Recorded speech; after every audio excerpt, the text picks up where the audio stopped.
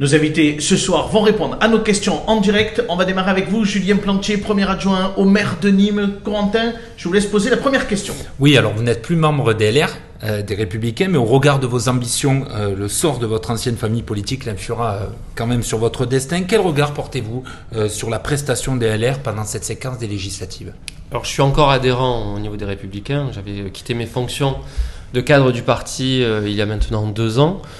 Je suis adhérent et aujourd'hui, je suis attristé de voir la situation dans laquelle les Républicains peuvent se retrouver. Quand on regarde dans le rétroviseur et quand on voit qu'il était un des principaux partis de gouvernement il y a encore quelques années, je peux que regretter la situation. Après, c'est sûr que quand on regarde la situation dans laquelle on est, il y a une notion de résistance.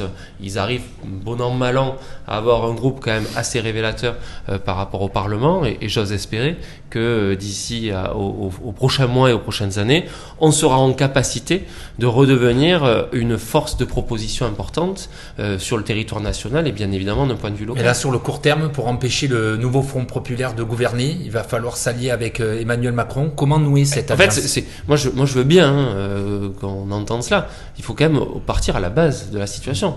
La cause aujourd'hui, elle est quand même une grande irresponsabilité, un grand amateurisme du président Emmanuel Macron lorsqu'il a déclenché ces législatives anticipées quelques minutes après les résultats des élections européennes. Donc aujourd'hui, moi je veux bien qu'Emmanuel Macron appelle toutes les forces politiques républicaines, entre guillemets, à se rassembler, mais il n'a envoyé aucun signal depuis qu'il est président de la République. Donc c'est très compliqué aujourd'hui quand même de demander à des gens à qui on n'a jamais tendu la main aujourd'hui de venir le rejoindre dans une situation politique qui est extrêmement chaotique. Je trouve ça assez inacceptable de sa part.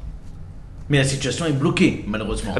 Parce que vous avez 3 blocs à l'Assemblée nationale et qu'il va bien falloir que 2 blocs s'allient pour pouvoir permettre à la France de continuer à... On verra si ces blocs arrivent à s'allier. Aujourd'hui, je crois qu'on n'en est pas là. Aujourd'hui, malheureusement, le président Macron amène dans une impasse la situation du pays et je trouve ça assez irresponsable quand on voit la situation économique du pays, quand on voit la situation des différents événements qui vont se dérouler sur le territoire national. Et je trouve, sans regarder la réaction des dirigeants des pays européens ou à l'extérieur, tout le monde regarde ça quand même avec une certaine vigilance et une certaine prudence, quoi. Au niveau local, les LR n'ont pas brillé non plus lors de ces législatives. C'était le cas également lors des européennes. Est-ce que ça vous inquiète, Julien Plantier, pour les prochaines échéances municipales ?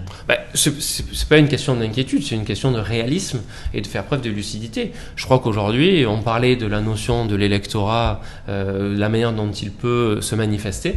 Je crois qu'aujourd'hui, les gens, ils en ont pas forcément besoin d'avoir des étiquettes politiques. Oui, il y a des personnes de droite, des personnes de gauche, mais la notion d'appartenance politique n'est pas forcément la première chose que l'on regarde vis-à-vis des hommes et des femmes. Sur ce plateau dimanche, lors de la grande soirée électorale, disait en fait... les élections municipales, c'est la rencontre d'un homme et d'une femme avec des habitants et que finalement l'étiquette, elle compte pas plus que ça. Est-ce que vous êtes assez d'accord avec lui ?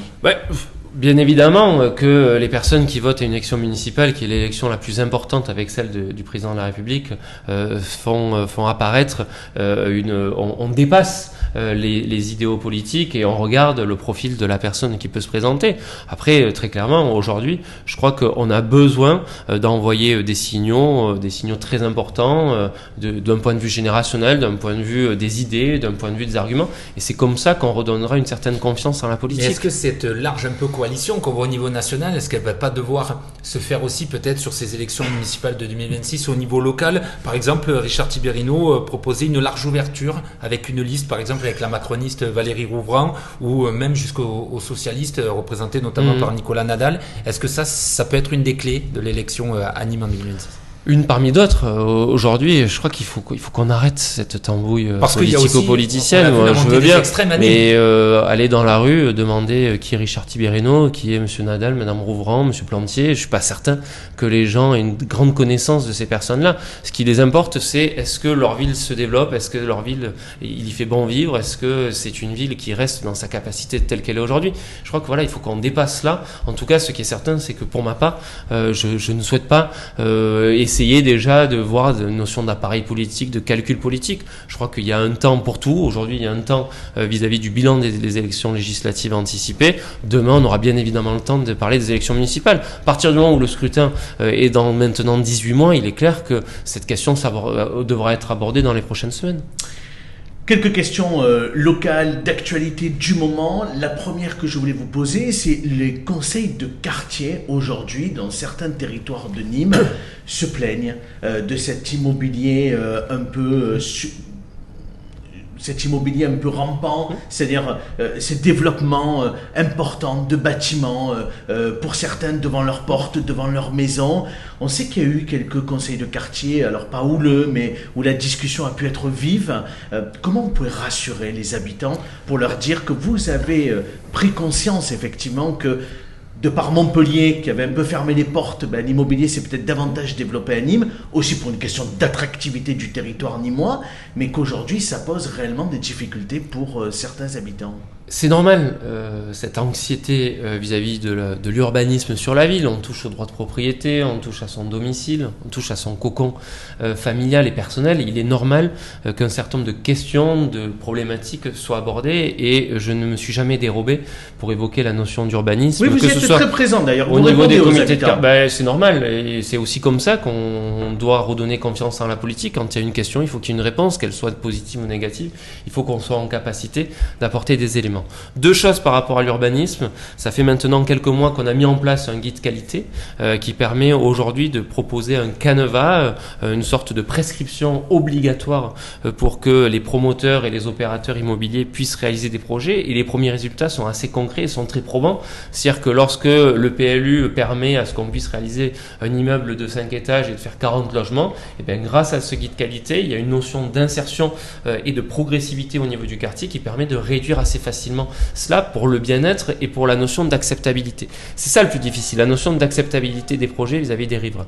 Et le deuxième élément, c'est qu'avec Jean-Paul Fournier, on va lancer la révision du plan local d'urbanisme au dernier trimestre de cette année. Donc ça va nous permettre de mettre à niveau notre réglementation d'un point de vue d'urbanisme, et on va pouvoir proposer aux citoyens, aux riverains de s'impliquer, de s'insérer par rapport à cela. Et je souhaite véritablement que cette concertation soit la plus large possible pour qu'elle soit la plus appropriée possible vis-à-vis des habitants. Est-ce que vous avez des nouvelles de Rani Assaf ? Personnellement, non. J'ai vu que les crocodiles avaient repris les chemins d'entraînement. Je leur souhaite une belle saison, mais non, malheureusement, la ville n'a aucune relation avec Rani Assaf aujourd'hui. Cet été, il va y avoir de nombreuses festivités, comme chaque année, à Nîmes particulièrement, avec le Tour de France, puisque le Tour de France sera là mardi prochain à Nîmes. Les festivités à Nîmes, on va le rappeler quand même, c'est beaucoup d'événements aussi gratuits, puisque le Festival de Nîmes, c'est payant. Les EDIs, le spectacle du mois d'août est payant, mais il y a aussi beaucoup de choses, comme les Jeudis de Nîmes, qui fêtent leur 30e anniversaire, et ça c'est gratuit. Qu'est-ce que vous pouvez dire aux habitants, aux touristes qui regarderont peut-être cette vidéo dans les prochains jours ? C'est vrai que Nîmes a toujours été un lieu attractif d'un point de vue de la saison estivale, et vous avez raison de nous rappeler les animations gratuites, parce que c'est aussi important de permettre à chacune et chacun de pouvoir bénéficier d'activités. Vous avez cité les Jeudis de Nîmes, il y a le Tour de France qui est une activité extrêmement populaire, une animation populaire. Il y a aussi le réalisateur dans la ville à la fin du mois de juillet. Il y a le feu d'artifice pour le 14 juillet traditionnel, qui est de retour. Feu d'artifice qui est de retour au Jardin-la-Fontaine avec le bal républicain. Donc là, la saison estivale commence, on est aux prémices. En plus, le climat, ça y est, le soleil est revenu. On a la braderie à partir de demain, donc on a vraiment beaucoup d'activités. Mais c'est vrai qu'on peut se réjouir de voir que la ville propose un programme ambitieux d'un point de vue estival, mais aussi tout au long de l'année, il ne faut pas l'oublier. Et un tout dernier mot, le cap que vous vous êtes fixé pour la rentrée de septembre jusqu'à la fin de l'année, c'est quoi les priorités de Julien Plantier ?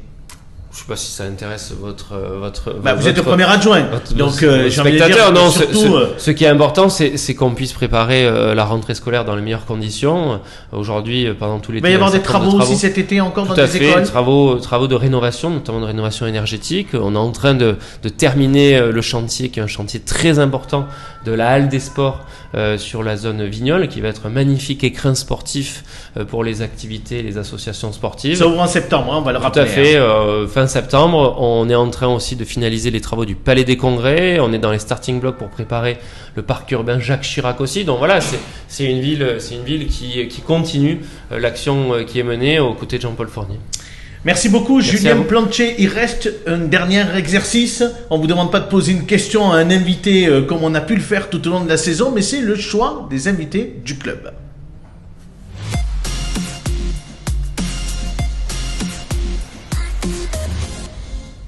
On va vous proposer 2 personnalités en images et vous allez nous dire quelle est la personnalité que vous préférez ou quelle est la personnalité avec qui vous vous sentez le mieux en phase. Tous les invités auront le même exercice, y compris vous, David Tebib, dans quelques instants.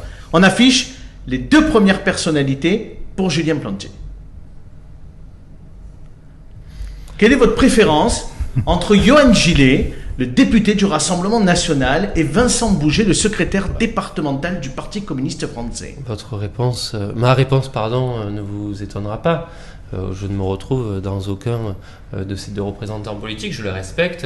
On est dans une génération proche.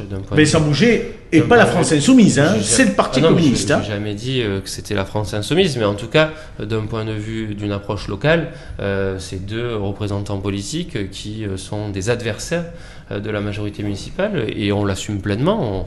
On peut avoir du respect pour un certain nombre de Mais il n'y en a pas un des 2 avec politiques. qui vous avez un peu plus D'affinité Oui. Non. Des 2 dernières personnalités, Romain, Yvan Lachaud ou Valérie Rouveran, avec qui vous vous sentez intellectuellement le plus proche? On s'est retrouvés dans une aventure au sein d'une majorité municipale il y a quelques années. Il y a eu une désunion par rapport à cela qui a totalement été assumée, et ces 2 personnages dont est sur le plateau ce soir ont été des adversaires en 2020 dans un contexte électoral quelque peu compliqué qui n'était pas seulement lié à la crise sanitaire, mais il y a un certain nombre de paroles et d'actes qui ont été réalisés que je condamne fermement à l'égard de Jean-Paul Fournier, et je le dis avec sincérité, avec transparence et avec honnêteté. Donc bien évidemment, ce sont des personnes avec lesquelles Ils ne pourront pas être de futurs alliés demain. La question ne se pose pas ce soir. Alors, mais elle pourrait se poser dans un contexte municipal étriqué où la gauche et le Rassemblement national pourraient être très hauts. La question ne se pose pas ce soir, et puis de 2, j'ai jamais eu la technique de la langue de bois. Je crois que lorsque je parlais tout à l'heure d'un point de vue générationnel et d'un changement générationnel, je considère que le Nîmes de demain doit s'inscrire avec de nouvelles générations.